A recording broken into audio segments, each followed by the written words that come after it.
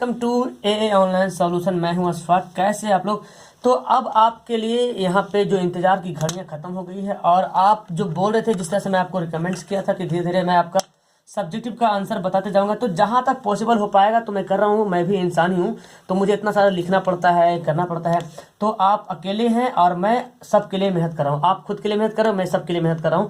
तो आप जब मेहनत करो तो इसलिए मैं पहले गेस करके दे दिया हूँ, ताकि आप कहीं से भी इंतजाम कर लो। लेकिन बहुत सारे बंदे कमेंट करें, सर बता दीजिए बता दीजिए। तो चलो, ये भी मेरा काम ही है, तो चलो मैं बता देता हूँ, ठीक है। लेकिन एक बात आप याद कर लिए, आपसे तो मैं बहुत दूर हूँ काफ़ी, लेकिन इतना बात ठान लीजिए कि आज मैं ये जो गेस बता रहा हूँ ये आज के आज याद होना चाहिए, ठीक है।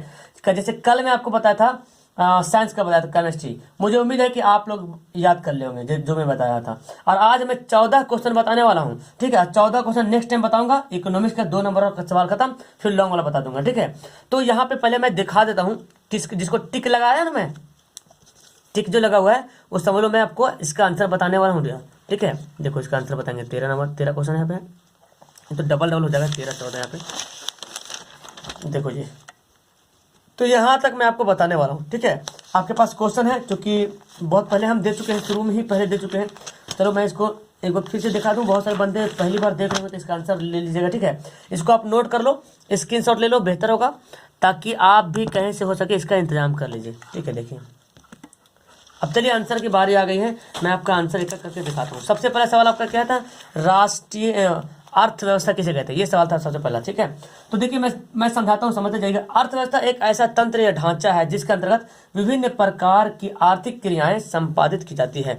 मतलब एक ऐसा ढांचा है, एक ऐसा प्रकार है, एक ऐसा अर्थव्यवस्था है जो ढांचा का नाम दिया गया है, जिसके अंतर्गत जो है विभिन्न और अनेक प्रकार की जो है क्रियाएं की जाती है। जैसे कृषि हो गया, व्यापार हो गया, उद्योग हो गया, बीमा हो गया, ये सब के सब अर्थव्यवस्था के अंतर्गत आता है, ठीक है। यानी कि इसके अंतर जो है क्या, इसके अंतर्गत एक क्या होता है? आर्थिक क्रियाएं। कृषि किस लिए कहते हैं? आर्थिक के लिए। व्यापार क्यों करते हैं? पैसा, आर्थिक मतलब पैसा, पैसा के लिए। उद्योग क्यों करते हैं? पैसा के लिए करते हैं। टीचिंग लाइन या परिवहन लाइन या संचार, जो भी कुछ करते हैं सबके सब क्या करते हैं? पैसे के लिए करते हैं, ठीक है। तो ये है अर्थव्यवस्था। चलिए, मौद्रिक प्रणाली क्या है, ये देखिए। मौद्रिक प्रणाली क्या है? अगला सवाल हमारा बोलता है क्या कि मौद्रिक प्रणाली क्या है, ठीक है। मौद्रिक प्रणाली क्या है? तो यहाँ पे सवाल देखिए, बहुत अच्छा सवाल है। तो मौद्रिक प्रणाली में विनिमय का सारा कार्य मुद्रा की सहायता से होती है। मौद्रिक का मतलब मुद्रा, ठीक है। मौद्रिक मतलब मुद्रा, पैसा। तो मौद्रिक प्रणाली का मतलब सिस्टम होता है। मौद्रिक सिस्टम बोले तो इसका विनिमय का सारा जितना भी लेन देन का जो काम होता है सब मुद्रा की सहायता से होता है। इस प्रणाली में पहले कोई व्यक्ति अपनी वस्तु या सेवा को बेचकर मुद्रा प्राप्त करता है ना। कोई व्यक्ति मुद्रा कैसे प्राप्त करता है? या तो कोई वस्तु अपनी सेवा को बेचता है तो मुद्रा प्राप्त करता है, ठीक है। और फिर उस मुद्रा से अपनी जरूरत की अन्य सभी वस्तुएं खरीदता है। जाहिर सी बात, जो भी मुद्रा कमाता है या तो कोई सेवा करता है, कोई काम करता है, या तो कोई चीज बेचता है। मुद्रा कमाने का तो एक ही रीजन है ना, या तो कुछ काम कर रहे हैं तो मुद्रा कमा रहे हैं, या कुछ बेच रहे हैं तो मुद्रा कमा रहे हैं। अब मुद्रा कमा करके अब उसकी जो जरूरत की जो चीजें हैं, जो जरूरत की जो चीजें हैं, उस चीज को क्या करता है? उसको खरीदता है, अपनी जरूरत की अन्य वस्तुओं को प्राप्त करता है। कब? जब वो ये सब काम करता। तो क्योंकि इस प्रणाली में मुद्रा विनिमय के माध्यम के कार्य करते हैं, इसलिए इसे मौद्रिक प्रणाली कहा जाता है। तो मौद्रिक प्रणाली का मतलब यही हुआ कि खरीदना, लेना देना, है ना, बेचना, खरीदना, लेना, ये सबकी मुद्रा के द्वारा हो जाता है।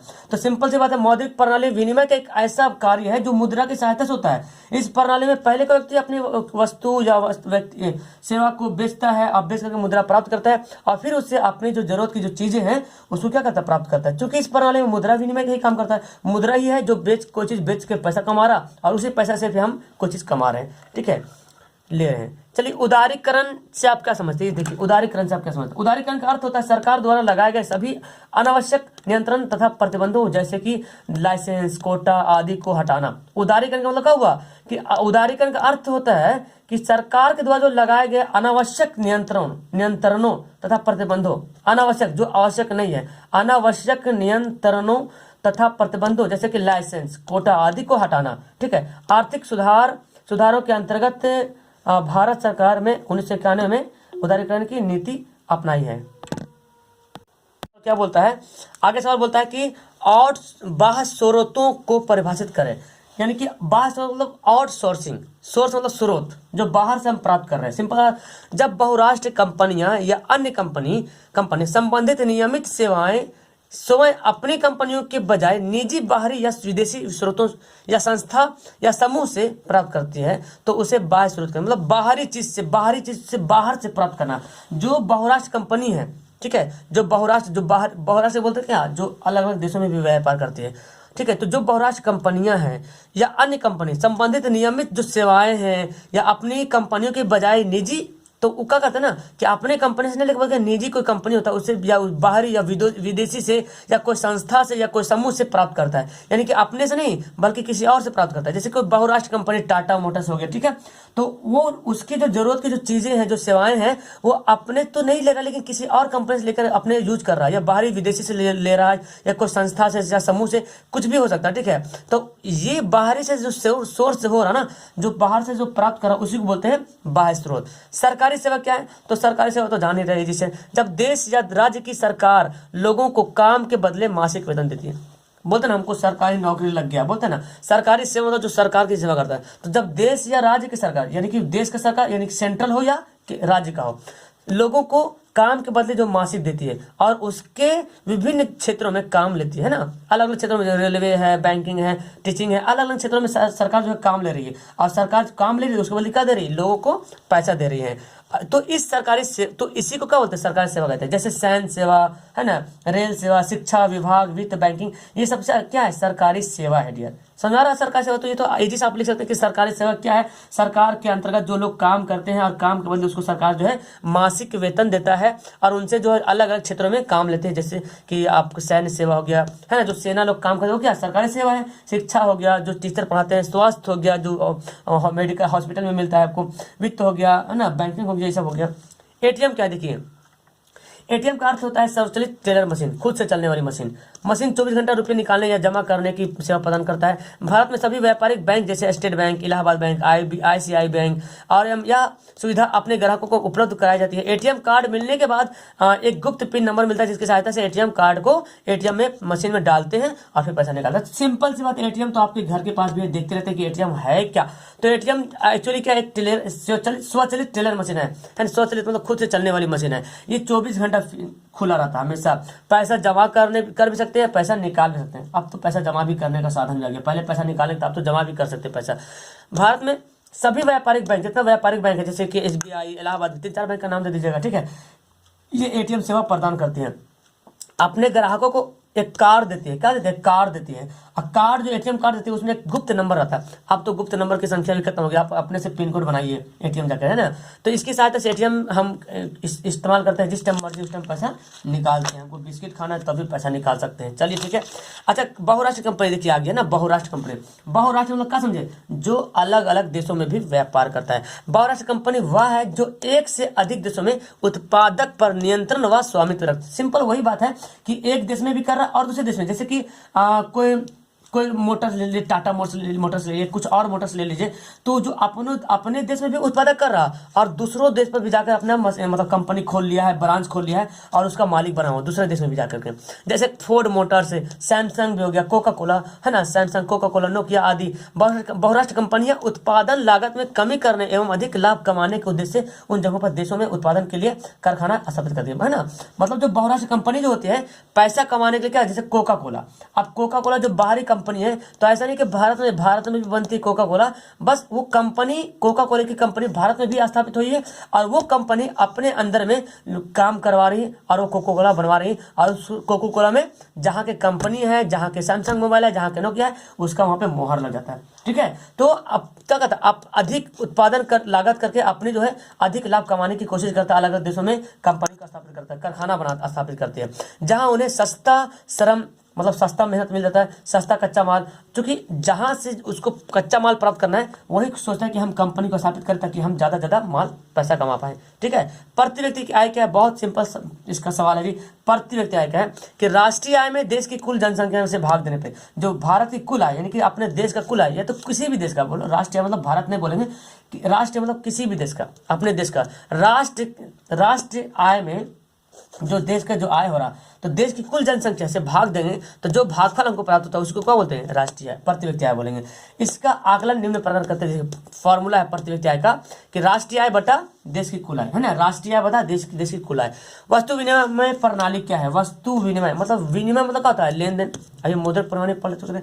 वस्तु विनिमय प्रणाली उस प्रणाली को कहते हैं जी कि जिसमें एक वस्तु के बदले दूसरी वस्तु का आदान प्रदान होता है, दूसरी वस्तु में किसी एक वस्तु का किसी दूसरी वस्तु के साथ बिना मुद्रा के प्रत्यक्ष रूप से लेन देन, वस्तु विनिमय करना। मतलब एक वस्तु से दूसरे वस्तु में आदान प्रदान होना, ये होता है वस्तु विनिमय प्रणाली। और डायरेक्ट बिना मुद्रा का, है ना, डायरेक्ट हम दे गेहूं तो तुम दिया हमको चावल, है ना, बस कोई एकदम सिंपल डायरेक्ट। इसका देखिएगा, the act of direct exchange of one commodity for another without the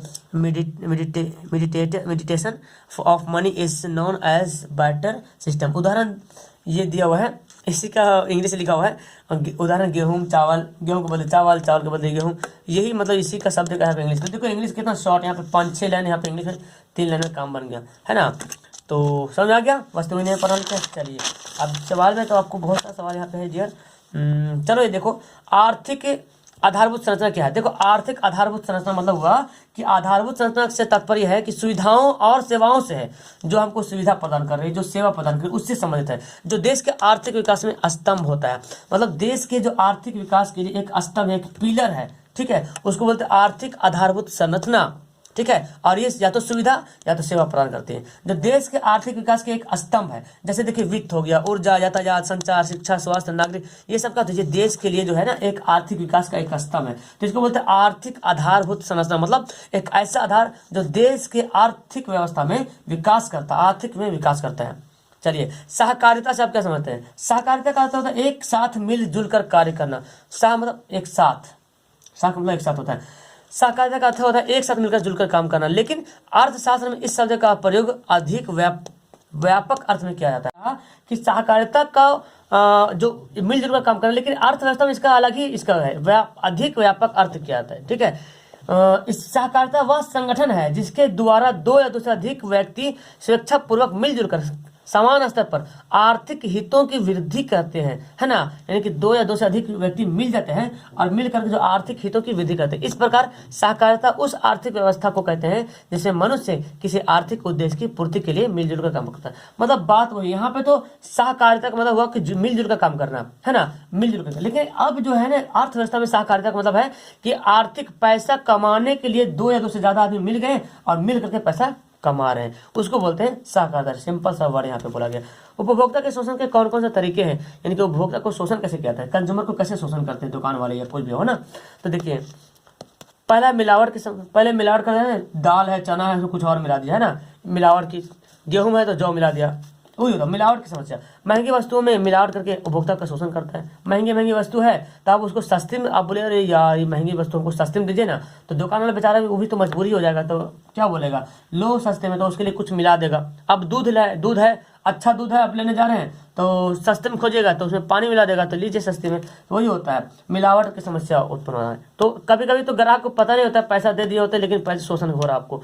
कम तौल पे नीचे बटखारा के नीचे रहता लगा हुआ बड़ा सा लोहा, है ना, तो कम तौलते भी वस्तु के माप तौल में भी हेरा फेरी करते हैं, उपभोक्ता को शोषण करता है। कम गुणवत्ता वाला वस्तु, गुणवत्ता भी कम देता है, बोलता है बहुत गुण वाला है। उपभोक्ता को धोखे से अच्छी वस्तु के स्थान पे कम गुणवत्ता वाला वस्तु देता है और बोलता है अरे बाप रे बहुत अच्छी वस्तु है, बहुत अच्छी कंपनी है ना, ये हो जाएगा वो हो जाएगा, मतलब कम गुणवत्ता वाला वस्तु आपको देकर ठग लेता है और फिर वही ये इसका मतलब क्या, शोषण हो रहा। अगर कुछ सामान में मिलावट है, ये भी शोषण कर रहा है, आपको पता नहीं चल रहा। कम तौल की तरह ये भी आपका शोषण कर रहा। शोषण का मतलब ये नहीं समझिए कि आपको मारपीट कर रहा, आपको सता रहा। इस शोषण का मतलब खाली यही नहीं होता है, शोषण का मतलब ये भी होता है कि आप सामान खरीदने गए, कम सामान दिया तौल के, ये भी शोषण आपका हो रहा।